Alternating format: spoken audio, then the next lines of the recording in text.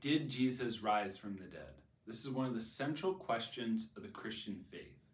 To answer this in a logical and rational way, let's break it down into three parts.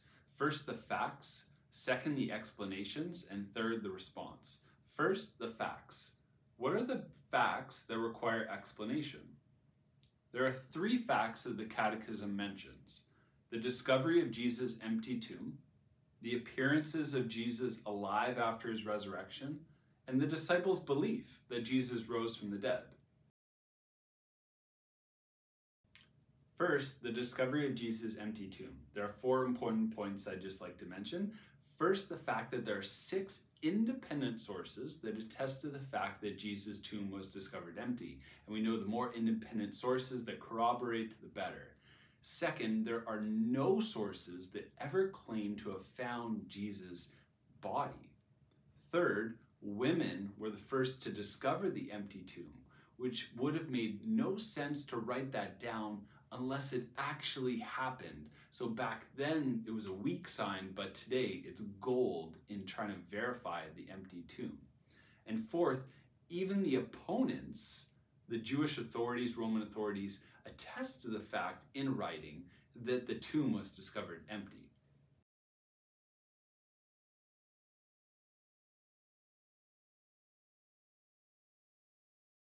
The second important fact is the appearances of Jesus after his death. St. Paul writes it so well in 1 Corinthians chapter 15. For I handed on to you as of first importance what I in turn had received, that Christ died for our sins in accordance with the Scriptures, and that he was buried, and that he was raised on the 3rd day in accordance with the Scriptures, and that he appeared to Cephas, then to the 12. Then he appeared to more than 500 brothers and sisters at one time, most of whom are still alive, though some have died.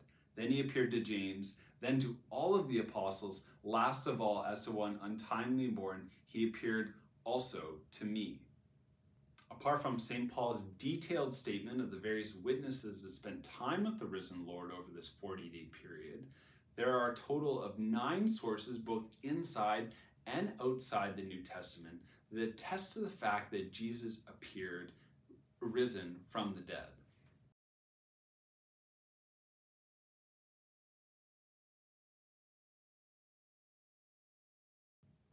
The third fact is the disciples' belief that Jesus rose from the dead.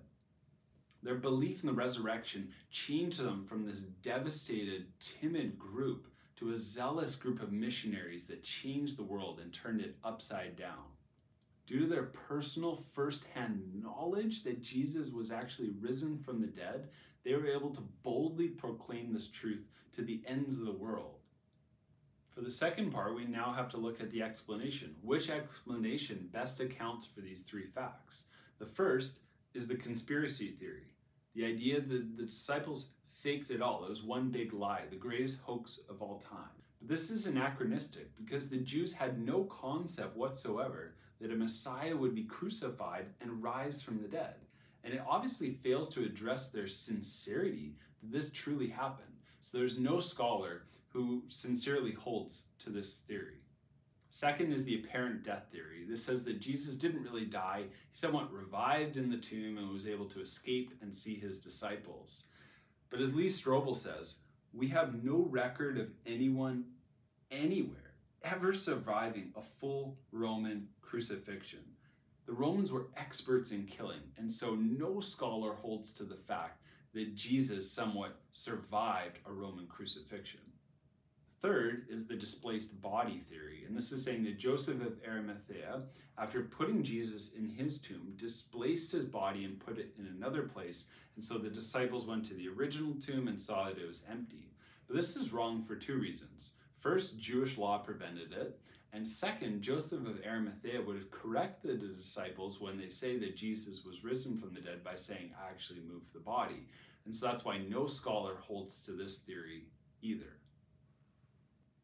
Fourth is the hallucination theory, that the disciples just imagined that Jesus had risen from the dead, and so they were hallucinating the entire event. But this is wrong in 3 accounts. First, the reality of the empty tomb. Second, Jews had no concept of a physical resurrection taking place. If anything, they would have hallucinated that Jesus was safe in Abraham's bosom, awaiting the final resurrection. And third is the fact that Jesus appeared to multiple witnesses in various places over a 40-day period. So no scholar really holds to the hallucination theory either. Fifth is the resurrection theory, that Jesus physically rose from the dead. As the Catechism states, the mystery of Christ's resurrection is a real event, with manifestations that were historically verified, as the New Testament bears witness. This is the best rational explanation we can have for the facts that we presented, that Jesus physically rose from the dead, which is why the disciples were given such a transformative faith that allowed them to turn the world upside down and to convert the world to Christianity. There's really no human explanation for how the early church could have survived during these times in which everyone professing the faith was getting martyred, apart from the real supernatural event that Jesus rose from the dead. And this historical fact is what has allowed the church to persevere and flourish in the most difficult times up to this day.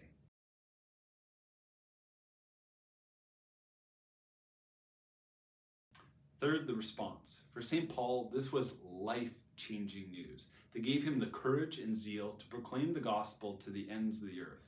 And since the time of St. Paul to today, saints have constantly risen up, responding fully, wholeheartedly to this great news of the resurrection of Christ, to give their entire lives to Christ. I invite you to comment below about what would be a rational response to the news of the resurrection in your life.